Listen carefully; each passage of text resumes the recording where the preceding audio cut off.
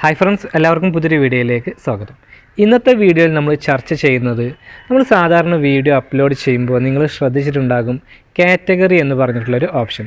അതുപോലെ ചാനലിൻ്റെ സെറ്റിങ്സിൽ പോയി കഴിഞ്ഞ് നമ്മൾ ചാനലിൻ്റെ ഓപ്ഷൻ എടുക്കുമ്പോൾ നമുക്കിങ്ങനെ ഇവിടെ ഒരു ഓപ്ഷൻ കാണാം, കാറ്റഗറി എന്ന് പറഞ്ഞിട്ട്. അപ്പോൾ ഇവിടെ ഒരുപാട് പേർക്ക് സംശയം ഉണ്ടാകുന്നൊരു കാര്യമാണിത്. പലരും സംശയം ചോദിച്ചിട്ടുണ്ടായിരുന്നു, കാറ്റഗറി എന്നതുകൊണ്ട് എന്താണ് ഉദ്ദേശിക്കുന്നത്, അല്ലെങ്കിൽ ഇതെങ്ങനെയാണ് നമ്മൾ സെലക്ട് ചെയ്യേണ്ടത് എന്നുള്ളത് ഒന്ന് പറഞ്ഞു തരുമോ എന്നുള്ളത്.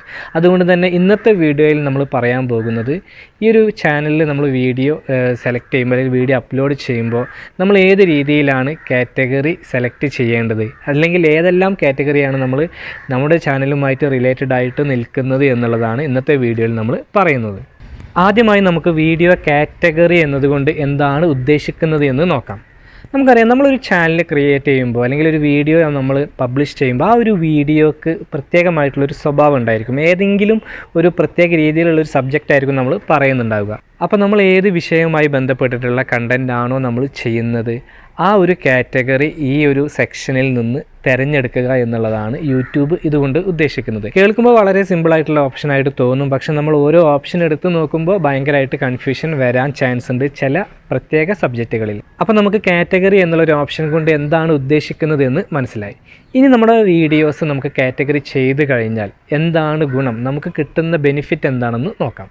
വീഡിയോ കാറ്റഗറി ചെയ്ത് കഴിഞ്ഞാൽ നമുക്ക് ലഭിക്കുന്ന ബെനിഫിറ്റ് എന്താണ് എന്നുള്ളത് ചോദിക്കുമ്പോൾ യൂട്യൂബ് പറയുന്നത്, നമ്മുടെ യഥാർത്ഥ ഓഡിയൻസിനെ വളരെ വേഗത്തിൽ നമുക്ക് ലഭിക്കുമെന്നുള്ളതാണ്. അതായത് നമ്മുടെ ഈ ഒരു വീഡിയോ അതിൻ്റെ യഥാർത്ഥ ഓഡിയൻസിലേക്ക് പെട്ടെന്ന് എത്തിച്ചേരുമെന്നുള്ളതാണ് യൂട്യൂബ് ആദ്യമായിട്ട് പറയുന്നത്.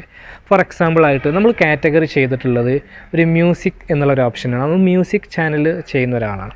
അപ്പോൾ നമ്മൾ കാറ്റഗറി കൊടുത്തിട്ടുള്ളത് മ്യൂസിക് ആണെങ്കിൽ യൂട്യൂബിന് അങ്ങനെ കാറ്റഗറി ചെയ്ത് കഴിഞ്ഞാൽ ആ ഒരു വീഡിയോ മ്യൂസിക് റിലേറ്റഡ് ആയിട്ട് ഇഷ്ടപ്പെടുന്ന ആളുകളിലേക്ക് യൂട്യൂബിന് പെട്ടെന്ന് എത്തിക്കാൻ കഴിയുമെന്നുള്ളതാണ് യൂട്യൂബ് പറയുന്നത്. നമുക്കറിയാം, ഓരോ ക്രിയേറ്റേഴ്സും ഏറ്റവും കൂടുതൽ ബുദ്ധിമുട്ടുന്ന അല്ലെങ്കിൽ സ്ട്രഗിൾ ചെയ്യുന്നത് നമ്മുടെ ചാനലിൻ്റെ യഥാർത്ഥ ഓഡിയൻസിനെ കണ്ടെത്തുന്നതിൽ പരാജയപ്പെടുമ്പോഴാണ്.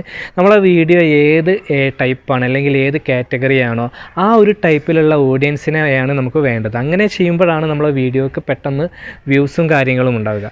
അപ്പോൾ നമ്മുടേതല്ലാത്ത ഒരു ടൈപ്പ് ഓഫ് ഓഡിയൻസിലേക്കാണ് നമ്മൾ വീഡിയോ നോട്ടിഫിക്കേഷനായിട്ട് പോകുന്നത് എങ്കിൽ അതിൽ നമ്മുടെ ചാനലിൽ യാതൊരു കാര്യമില്ല, നമുക്ക് വ്യൂസും സബ്സ്ക്രൈബേഴ്സും വരാൻ ചാൻസ് കുറവാണ്. അപ്പോൾ നമ്മൾ വീഡിയോ കാറ്റഗറി ചെയ്ത് കഴിഞ്ഞാൽ അതിൻ്റെ യഥാർത്ഥ ഓഡിയൻസിലേക്ക് നമ്മളെ വീഡിയോ എത്തിച്ചേരാനുള്ള ചാൻസ് വളരെയധികം കൂടുതലാണ്. യൂട്യൂബിനും അത് പെട്ടെന്ന് ഐഡൻറ്റിഫൈ ചെയ്യാൻ കഴിയുമെന്നുള്ളതാണ്. വീഡിയോ കാറ്റഗറി ചെയ്യുമ്പോഴുള്ള പ്രധാനപ്പെട്ട ഒരു ബെനിഫിറ്റ് എന്താണെന്ന് ചോദിച്ചാൽ നമുക്ക് നിസ്സംശയം പറയാം, അത് അഡ്വർടൈസ്മെൻറ്റിൻ്റെ കാര്യത്തിലാണെന്ന്. ഫോർ എക്സാമ്പിളായിട്ട് പറയുകയാണെങ്കിൽ, നമ്മളൊരു ഗെയിമിൻ്റെ ചാനലാണെങ്കിൽ ഗെയിം ചെയ്യുന്ന ആളുകൾക്ക് ആ ഒരു ഗെയിം റിലേറ്റഡ് ആയിട്ടുള്ള അഡ്വർടൈസ്മെൻറ്റ് യൂട്യൂബിന് നൽകാൻ കഴിയും.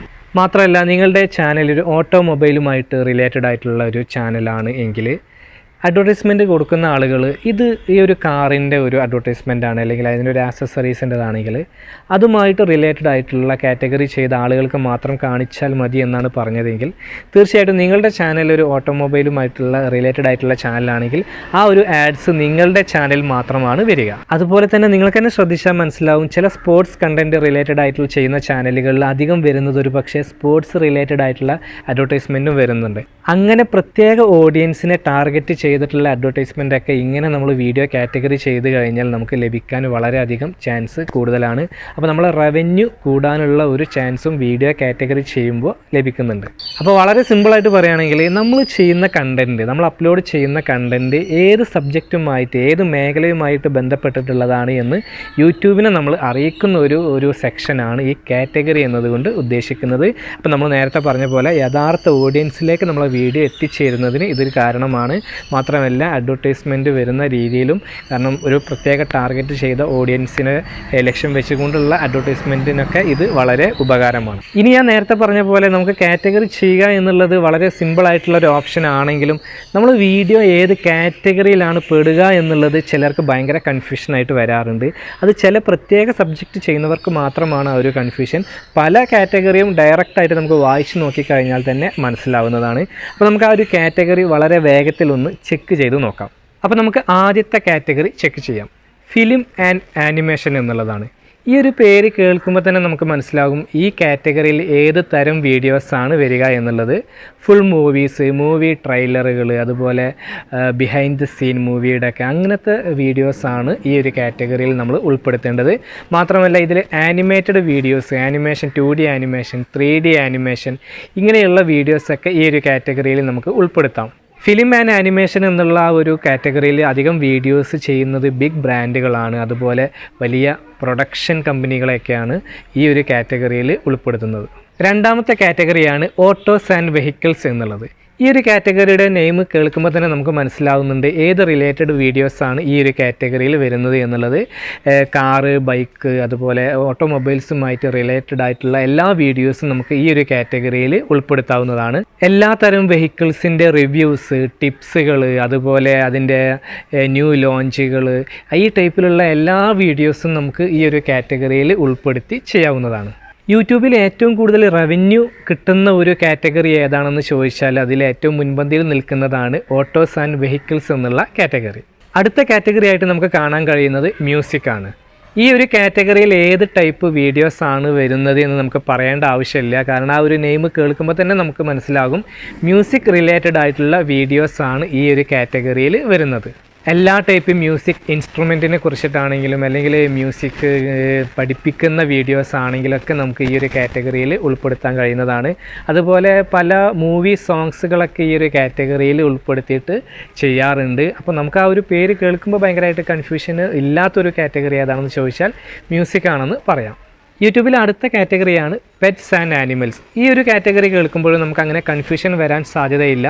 പെറ്റ്സ് ആൻഡ് ആനിമൽസ് എന്ന് കേൾക്കുമ്പോൾ തന്നെ നമുക്ക് മനസ്സിലാകും ആനിമൽസുമായിട്ട് അല്ലെങ്കിൽ നമ്മൾ വളർത്തുന്ന പെറ്റ്സുകളെ കുറിച്ചിട്ടുള്ള വീഡിയോസാണ് നമ്മൾ ചെയ്യുന്നതെങ്കിൽ ഈ ഒരു അണ്ടറിൽ നമുക്ക് ഉൾപ്പെടുത്താവുന്നതാണ്. പെറ്റ്സുകളെ കുറിച്ചിട്ടുള്ള ഇൻഫർമേഷൻ അല്ലെങ്കിൽ അവരെ ട്രെയിൻ ചെയ്യുന്ന വീഡിയോസ്, അവരുമായിട്ട് നമ്മളിങ്ങനെ കോമഡി ആയിട്ട് ചെയ്യുന്ന അവരുടെ മൂവ്മെൻറ്റ്സുകൾ, അവരുടെ ഫുഡ് റിലേറ്റഡ് ആയിട്ടുള്ള കാര്യങ്ങൾ, അങ്ങനെ പെറ്റ്സുമായിട്ട് അല്ലെങ്കിൽ ആനിമൽസുമായിട്ട് റിലേറ്റഡ് ആയിട്ടുള്ള എല്ലാ വീഡിയോസും നമുക്ക് ഈ ഒരു കാറ്റഗറിയിൽ ഉൾപ്പെടുത്താവുന്നതാണ്. പെറ്റ്സ് ആൻഡ് ആനിമൽസ് എന്നുള്ള ഈ ഒരു കാറ്റഗറിയും ക്രിയേറ്റേഴ്സിന് അങ്ങനെ കൺഫ്യൂഷൻ വരുന്ന ഒരു കാറ്റഗറിയല്ല. യൂട്യൂബിലെ അടുത്ത കാറ്റഗറിയാണ് സ്പോർട്സ് എന്നുള്ളത്. സ്പോർട്സ് എന്ന് പറയുമ്പോഴും അങ്ങനെ കൺഫ്യൂഷൻ വരുന്ന ഒരു കാറ്റഗറി അല്ല. സ്പോർട്സ് റിലേറ്റഡ് ആയിട്ടുള്ള എല്ലാ വീഡിയോസും നമ്മൾ ഈ ഒരു കാറ്റഗറിയിൽ നമുക്ക് ഉൾപ്പെടുത്താവുന്നതാണ്. ഈ ഒരു കാറ്റഗറിയുടെ പ്രത്യേകത എന്താണെന്ന് വെച്ചാൽ ഭയങ്കര ലാർജ് സ്കെയിലുള്ള ഒരു ഓഡിയൻസ് വിവിധ രാജ്യങ്ങളിലായിട്ട് ഈ ഒരു കാറ്റഗറിയിൽ ഉണ്ട് എന്നുള്ളതാണ് ഇതിൻ്റെ ഒരു പ്രത്യേകത. സ്പോർട്സ് കാറ്റഗറിയിൽ നമുക്ക് എല്ലാ സ്പോർട്സ് റിലേറ്റഡ് ആയിട്ടുള്ള വീഡിയോസുകളും നമുക്ക് ഈ ഒരു കാറ്റഗറിയിൽ ഉൾപ്പെടുത്താവുന്നതാണ്. അതുപോലെ സ്പോർട്സ് ആക്സസറീസ് അല്ലെങ്കിൽ അതിൻ്റെ ട്രെയിനിങ് കാര്യങ്ങൾ നമുക്കറിയാമല്ലോ. അങ്ങനെ ഒരു കൺഫ്യൂഷൻ വരേണ്ട ഒരു ആവശ്യം ഈ ഒരു കാറ്റഗറിയിലും ഇല്ല. അപ്പോൾ നമ്മൾ പെട്ടെന്ന് പറഞ്ഞു പോവുകയാണ്. നിങ്ങളുടെ ചാനലിൽ സ്പോർട്സ് റിലേറ്റഡ് ആയിട്ടുള്ള വീഡിയോസാണ് ചെയ്യുന്നതെങ്കിൽ നിങ്ങൾക്ക് ധൈര്യസമേതം സ്പോർട്സ് കാറ്റഗറി കൊടുക്കാവുന്നതാണ്. നല്ല ലാർജ് സ്കെയിലിൽ ഓഡിയൻസ് ഉള്ള ഒരു കാറ്റഗറിയാണ്. മാത്രമല്ല നല്ല ഏണിങ്സ് ലഭിക്കുന്ന ഒരു കാറ്റഗറി കൂടിയാണ് സ്പോർട്സ് കാറ്റഗറി. അടുത്ത കാറ്റഗറി എന്ന് പറയുന്നത് ട്രാവൽ ആൻഡ് ഇവൻറ്റ്സ് എന്നുള്ള കാറ്റഗറിയാണ്. ഈ ഒരു കാറ്റഗറിയുടെ നെയിം കേൾക്കുമ്പോൾ നമുക്ക് മനസ്സിലാകും ട്രാവൽ റിലേറ്റഡ് ആയിട്ട് അല്ലെങ്കിൽ ഇവൻറ്റ്സ് റിലേറ്റഡ് ആയിട്ടുള്ള വീഡിയോസാണ് ഈ ഒരു കാറ്റഗറിയിൽ വരുന്നത്. എക്സാമ്പിളായിട്ട് പറയുകയാണെങ്കിൽ ട്രാവൽ പ്ലേസ് അല്ലെങ്കിൽ ഹോളിഡേ പ്ലേസുകൾ ഇതിനെക്കുറിച്ചൊക്കെ ചെയ്യുന്ന വീഡിയോസ് ഈ ഒരു കാറ്റഗറിയിൽ ഉൾപ്പെടുത്താം. മാത്രമല്ല ഇവൻറ്റ് വീഡിയോസൊക്കെ നമുക്ക് ഈ ഒരു കാറ്റഗറിയിൽ ഉൾപ്പെടുത്താം. അതുപോലെ ഇവൻറ്റ് ഓർഗനൈസേഷൻ കമ്പനികളൊക്കെ ഉണ്ടെങ്കിൽ അതിനെക്കുറിച്ചിട്ടുള്ള വീഡിയോസൊക്കെ ചെയ്യുന്നവരും ഈ ഒരു കാറ്റഗറിയിലാണ് നമ്മുടെ വീഡിയോസ് ഉൾപ്പെടുത്തേണ്ടത്. ഒരുപാട് ആളുകൾ ഇഷ്ടപ്പെടുന്ന ഒരു കാറ്റഗറിയാണ് ട്രാവൽ ആൻഡ് ഇവൻറ്റ്സ് എന്നുള്ളത്. കാരണം ഒരുപാട് ആളുകൾ യാത്ര ചെയ്യാൻ ഇഷ്ടപ്പെടുന്നവരുണ്ട്. അപ്പോൾ അവർക്ക് ആ ഒരു സ്ഥലങ്ങളെപ്പറ്റി അറിയാൻ, അവിടുത്തെ ഹോട്ടലുകളെ പറ്റി അറിയാൻ, അല്ലെങ്കിൽ അതിൻ്റെ അവിടുത്തെ ഫെസിലിറ്റീസുകളെക്കുറിച്ച് അറിയാൻ, അല്ലെങ്കിൽ എങ്ങനെ എത്തിപ്പെടും റിവ്യൂസൊക്കെ അറിയാൻ ഒരുപാട് ആളുകൾ താല്പര്യപ്പെടുന്നുണ്ട്. അപ്പോൾ ഈ ഒരു കാറ്റഗറിയിൽ വീഡിയോ ചെയ്യുന്നവർക്ക് നല്ല റീച്ച് ലഭിക്കുന്നതാണ്. യൂട്യൂബിൽ അടുത്ത കാറ്റഗറിയാണ് ഗെയിമിംഗ് എന്നുള്ളത്. ഈ ഒരു കാറ്റഗറിയെക്കുറിച്ചും കൂടുതൽ പറയേണ്ട ആവശ്യമില്ല. നമുക്ക് പേര് കേൾക്കുമ്പോൾ തന്നെ അറിയാം ഗെയിം റിലേറ്റഡ് ആയിട്ട് ഗെയിമിംഗ് ചാനലുകളും അതുപോലെ ഗെയിം റിലേറ്റഡ് ആയിട്ടുള്ള കണ്ടൻറ്റുകൾ ചെയ്യുന്നവർക്കും ഈ ഒരു കാറ്റഗറിയിലാണ് വീഡിയോ ചെയ്യേണ്ടത്. ഗെയിം റിലേറ്റഡ് എന്ന് പറയുമ്പോൾ പുതിയ ഗെയിമിൻ്റെ ആ ലോഞ്ചുകളെക്കുറിച്ച് അല്ലെങ്കിൽ അതിൻ്റെ ആക്സസറീസിനെ കുറിച്ചൊക്കെ ചെയ്യുന്നവർക്ക് ഈ ഒരു കാറ്റഗറിയിൽ വീഡിയോസ് ചെയ്യാം. നല്ല ഏണിങ്സ് കിട്ടുന്ന ഒരു കാറ്റഗറിയാണ് ഈ ഗെയിമിംഗ് എന്നുള്ള കാറ്റഗറി. യൂട്യൂബിൽ അടുത്ത കാറ്റഗറിയാണ് പീപ്പിൾ ആൻഡ് ബ്ലോഗ്സ് എന്നുള്ളത്. ഒരുപാട് കൺഫ്യൂഷൻ വരുന്ന ഒരു കാറ്റഗറിയാണെന്ന് പറയാം ഇത്. അപ്പോൾ ഇതിൽ ഏതൊക്കെ ടൈപ്പ് വീഡിയോസാണ് വരുന്നത് എന്ന് നമുക്കൊന്ന് നോക്കാം.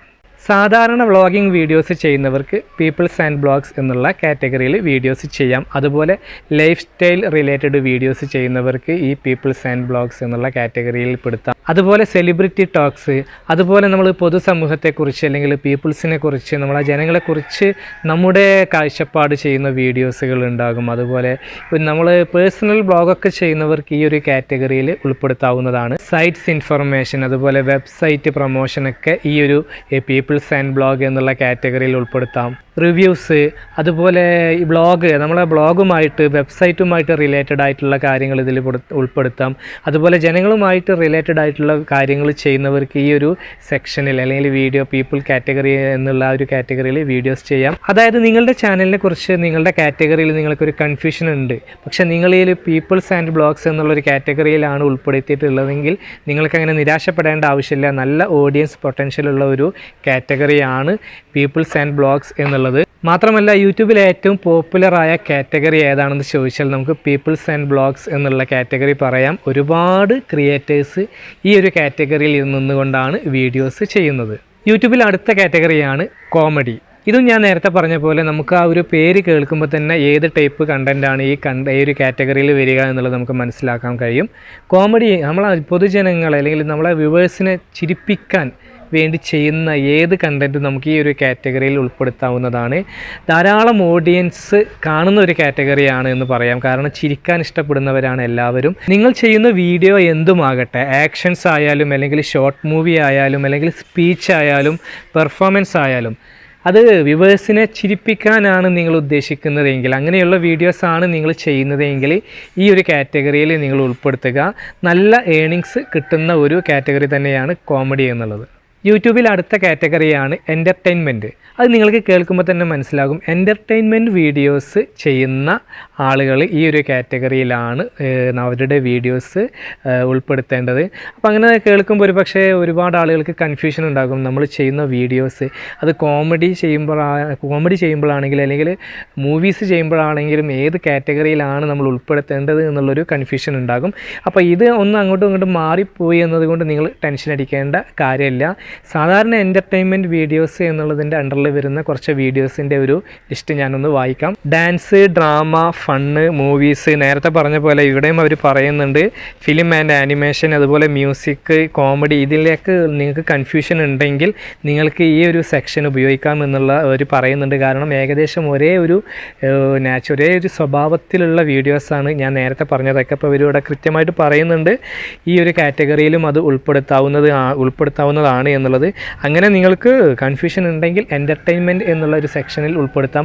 നമ്മൾ നേരത്തെ പറഞ്ഞ പോലെ ഈ ഒരു സെക്ഷനിൽ എത്തുമ്പോൾ നമുക്ക് തോന്നും കോമഡി ആയാലും അല്ലെങ്കിൽ ഫിലിം ആയാലും മ്യൂസിക്കൊക്കെ ആയി കഴിയുമ്പോൾ നമുക്കൊരു ഇത് ജനങ്ങളെ എൻ്റർടൈൻമെൻറ്റ് ചെയ്യിക്കാനുള്ള കണ്ടൻറ്റ് തന്നെയാണല്ലോ നമ്മൾ ചെയ്യുന്നത് എന്നുള്ളത്.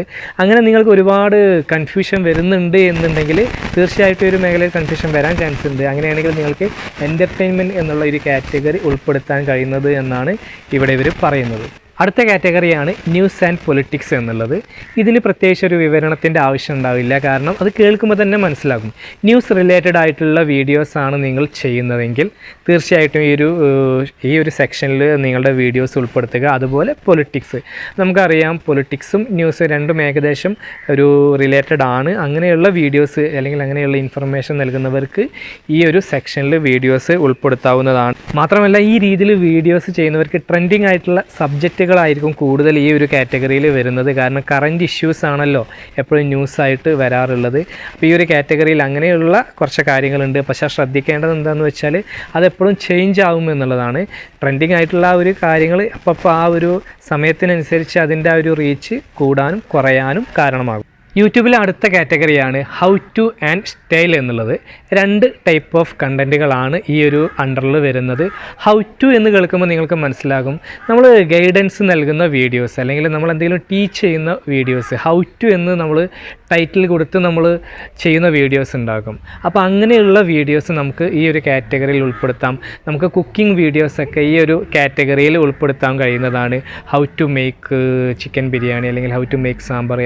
അപ്പോൾ ഈ നമുക്ക് മറ്റൊരാൾക്കൊരു ഇൻഫർമേഷൻ നൽകുന്ന വീഡിയോസ്, എങ്ങനെയാണ് ഇത് നിർമ്മിക്കേണ്ടത് അല്ലെങ്കിൽ എങ്ങനെയാണ് നമ്മൾ സ്റ്റിച്ച് ചെയ്യേണ്ടത്, അപ്പോൾ ഈ രീതിയിലൊക്കെ നമ്മളൊരു ഹൗ ടു എന്ന് തുടങ്ങുന്ന ടൈറ്റിലാണ് നമ്മൾ വീഡിയോസ് ചെയ്യുന്നത് അല്ലെങ്കിൽ ആ രീതിയിലുള്ള കണ്ടൻറ്റാണ് ചെയ്യുന്നതെങ്കിൽ ഈ കാറ്റഗറിയിൽ ഉൾപ്പെടുത്താം.